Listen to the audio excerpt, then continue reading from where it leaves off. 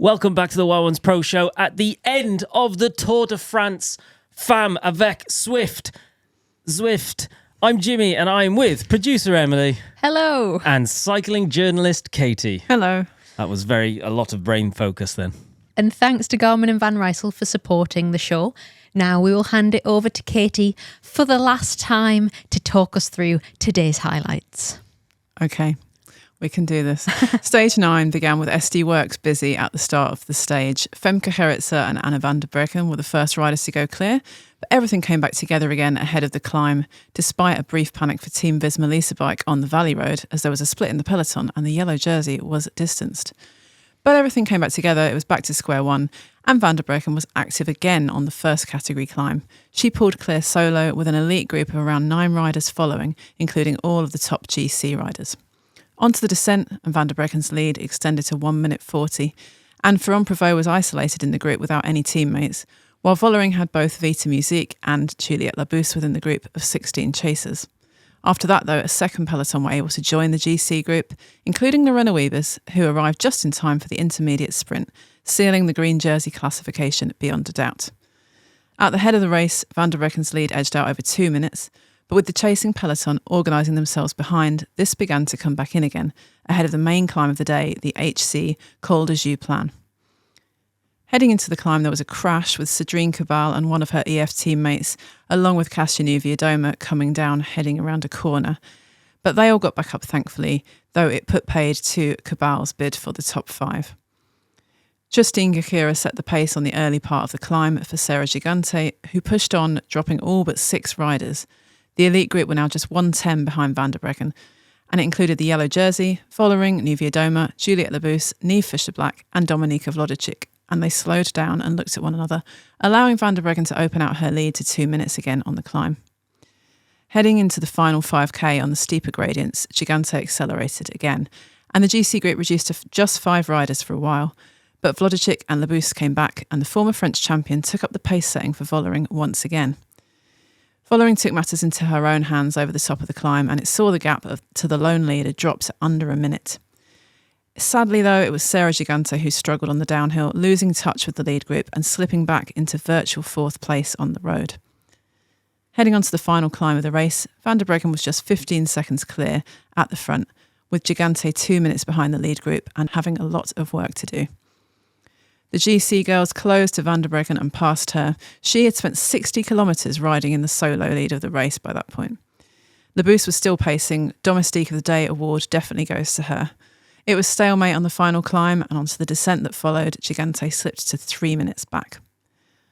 On the final uncategorised climb into Châtel, Vollering attacked, but she was unable to drop anyone, and Ferrand Prévot counter-attacked. No one could handle her acceleration. She pulled clear and stormed to her second consecutive stage victory, the 4th stage victory in a row for France. And this time, Ferrand Prévot did it in the yellow jersey, confirming her overall victory in some style. Boom. Boom indeed. Mic drop. Absolutely. It honestly felt, watching these 2 stages, that we were seeing a new era of dominance in this women's peloton. That kick, and just no one had the response. She showed something we haven't seen in the peloton. Yeah, and the fact that she's done it after so long away from the road, it just proves that she's just a completely unique athlete, and she's going to bring on the rest of that peloton because they're going to have to find ways to beat her, or at least to try and come near her. She rode an incredibly smart race as well, let's not forget. Yeah. She kept her powder dry. She saved all her energy for when she needed it. And that final climb today was just, the icing on the cake. Yeah, if she hadn't won, she would have got the Hawaiian jersey? Which is a jersey where they don't do anything, neither off the front nor the back. Because that is how you win a multi-stage Grand Tour race. You do as little as possible, and when you need to, you do the business. And she absolutely did that to a T. She really did. Now, for anyone who may not know, or may be new to this sport, give you some background on Pauline. She is probably one of the greatest female cyclist of all time. Definitely the best mountain biker. I think that's unfair. I think she's probably one of the greatest cyclists of all time. Fair enough. She's one of the best mountain bikers in the world. She's 15-time world mountain bike champion, mountain bike Olympic champion. In 2015, at one point, she held the road, the cross-country and cyclocross world champs jerseys at the same time. Now, she took 7 seasons away from road racing and she only returned this year and has basically just wiped the floor with it. Her aim was to win the Tour de France Femme within 3 years. She's done it in her first year. This year, she's also won the Paris-Roubaix Femme and she became the first French winner to win that race, and now first French winner to win this current iteration of the Tour de France Femme as well. It's just incredible stats. It's unreal. She's heading towards assuming she gets selected for France, which is a shoo-in, they're going to Rwanda for the Road World Championships in September, and that's a very hilly course, and she could potentially win the World Championships as well, and it would be the most incredible comeback year she obviously hasn't even imagined that this is possible, because she wanted to win, as you said, in 3 years, and she's done all this so far, and now, the sky's the limit. I think she's just an incredible athlete.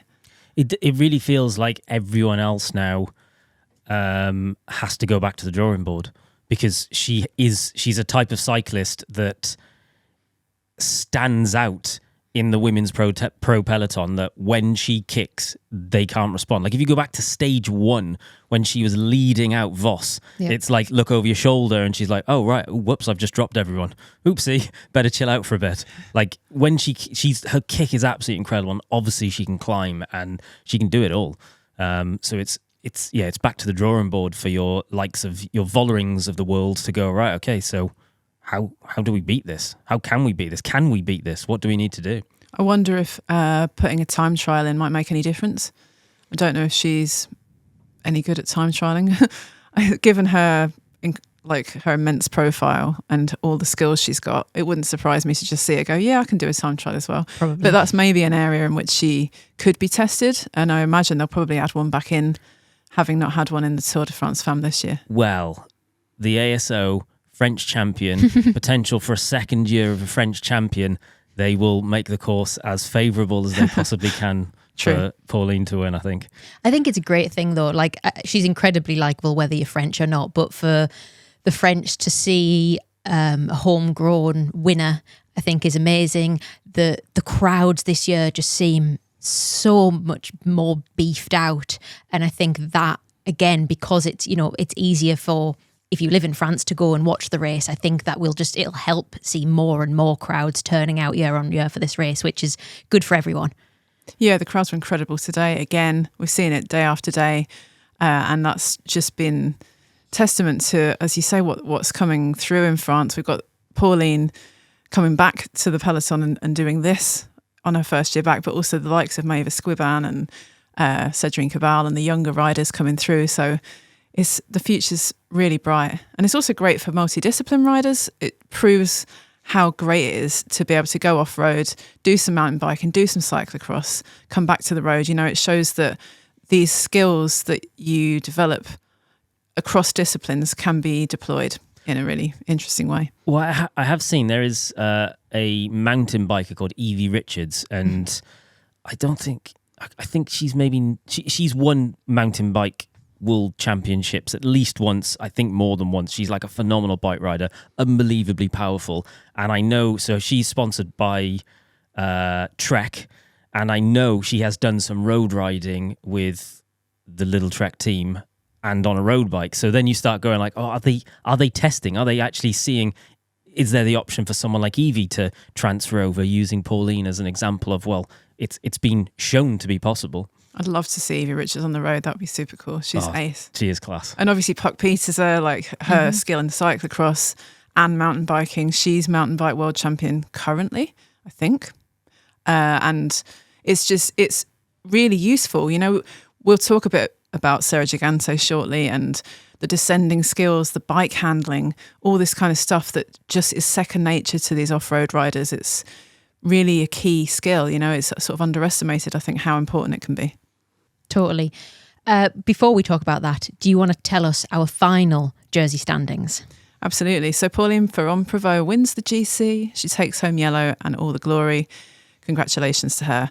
Lorena Wiebers wins the points jersey. That one hasn't been in doubt for some time. Neither has the Queen of the Mountains classification. Elise Chabet sealed that one today, despite not being at the front of the race. And Ninka Vinka wins the white jersey of Best Young Rider. Nice. Congrats to all. And more importantly, it's now time to crown our alternative jersey winners. So, first up, the neon jersey, which is for the rider drawing attention to themselves. This one we've decided to give to Sarah Gigante, although I think it actually could have been shared amongst all of her team also.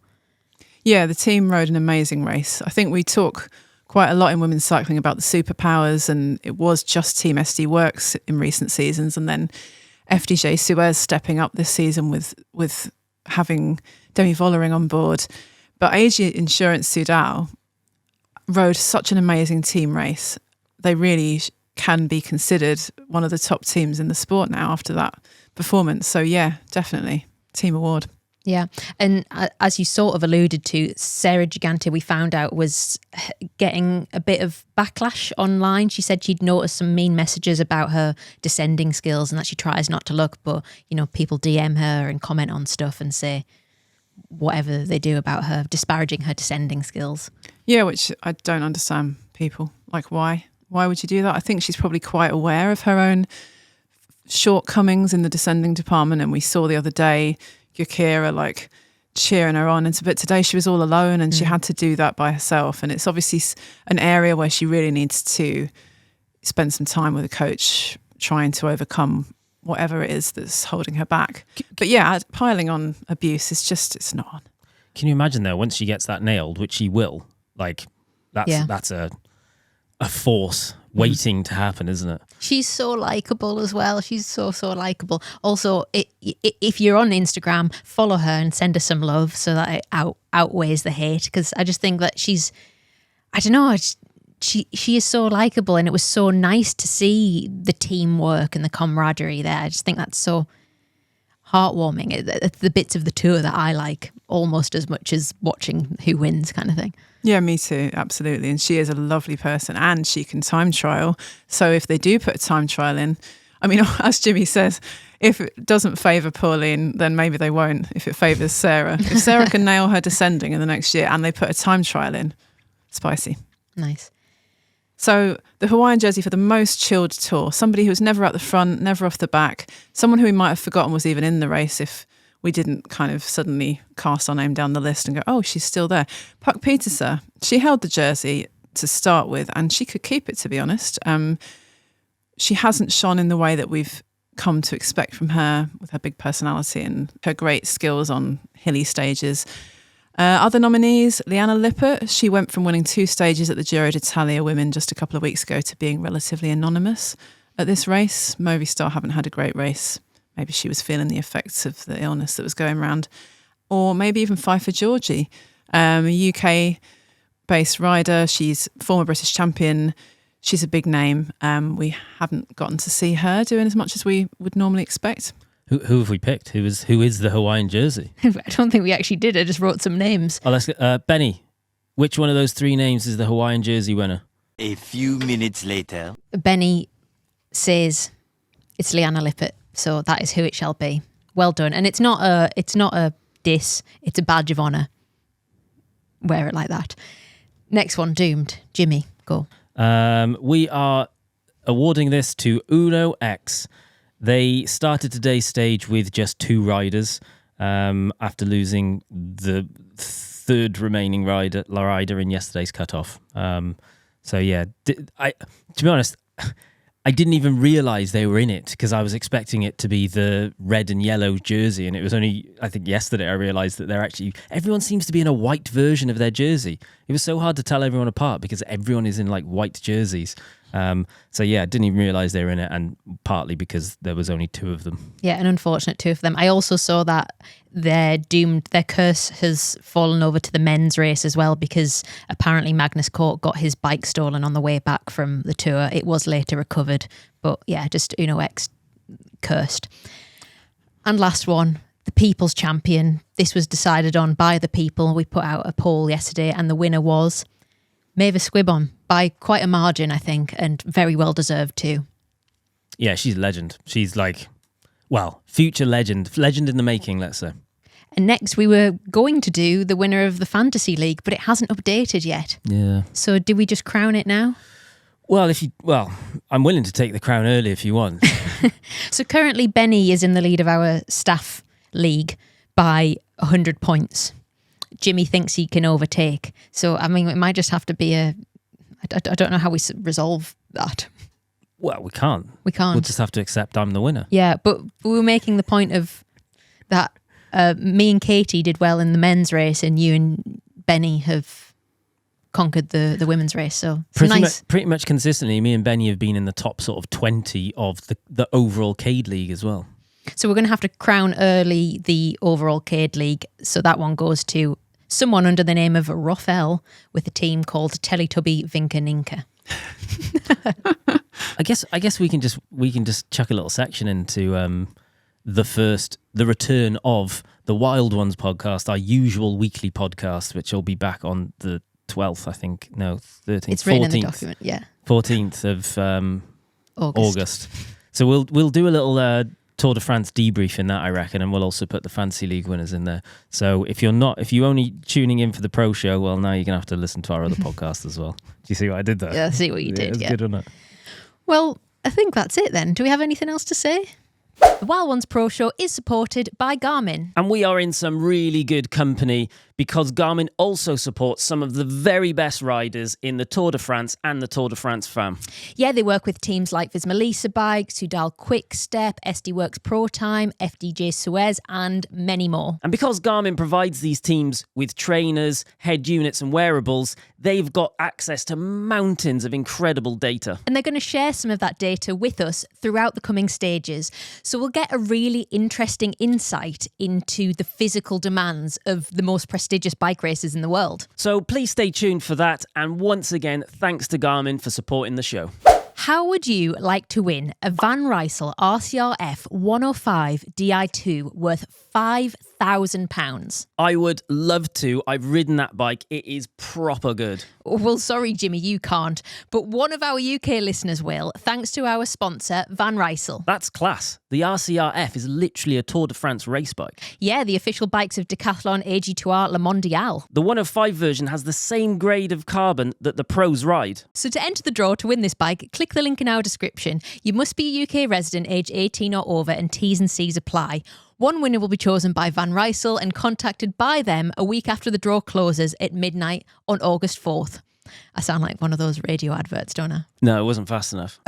So good luck, and thanks to Van Rysel for supporting the Wild Ones Pro Show. Oh, is that everything? I think so. Oh, fantastic. I would like to say thank you to everyone that has listened and watched and enjoyed our coverage over the last 30 days, which is absolutely wild.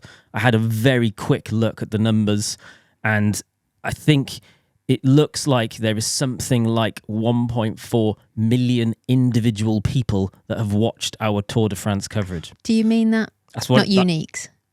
Yeah, uniques. We got just under 4 million views across all of the Tour de France coverage. Wow. Views and listens. Just everything, yeah. Okay. Nice. Okay. I was sceptical, but okay. It's big numbers, isn't it? It is. I would like to say thank you to you also, but I would also like to say thank you so much to Katie. Yay! It's been awesome to have you here. We definitely couldn't have done it without you because the highlights section definitely, and also the analysis section, went from like a 2 to a 12 this year. Out of 100. Yeah, no, out of 10, Jimmy. Oh, thank you so much for having me. It's been an absolute blast. Yeah, thanks. I guess a little thank you to Benny as well. Yes, yeah, Benny behind the scenes doing all the good stuff. A tiny bit of work from Francis. Yeah. And I Don't think forget Bella. And Bella as well. She's been providing cuddles, getting in the way, and barks, and all of that good What stuff. about Mystic Bella? Oh, Mystic Bella. She got one right. She got the Queen of the Mountain right. Did she? Yeah. Oh, So well I done. think that's pretty good. Well done, Bella. Yeah. So Guess that's it. Yeah, I guess that's it. As Jimmy said, I the forgot. normal Wild Ones podcast will return on Thursday, the 14th, probably, we're going to have a week off, a well-deserved week off to rest and recuperate, and then we shall be back. I've got bubbles upstairs, haven't I? Oh, it's too late. I've got some No Secco for us Too to late. like Jimmy, we want to go home. pop the Please cork, spray it stop all over the speaking. walls. I don't care. Just stop speaking so we can turn it off and go Okay. home. Okay. Thank you very much. Thank you, Katie. Thank you. See ya. Bye. Bye.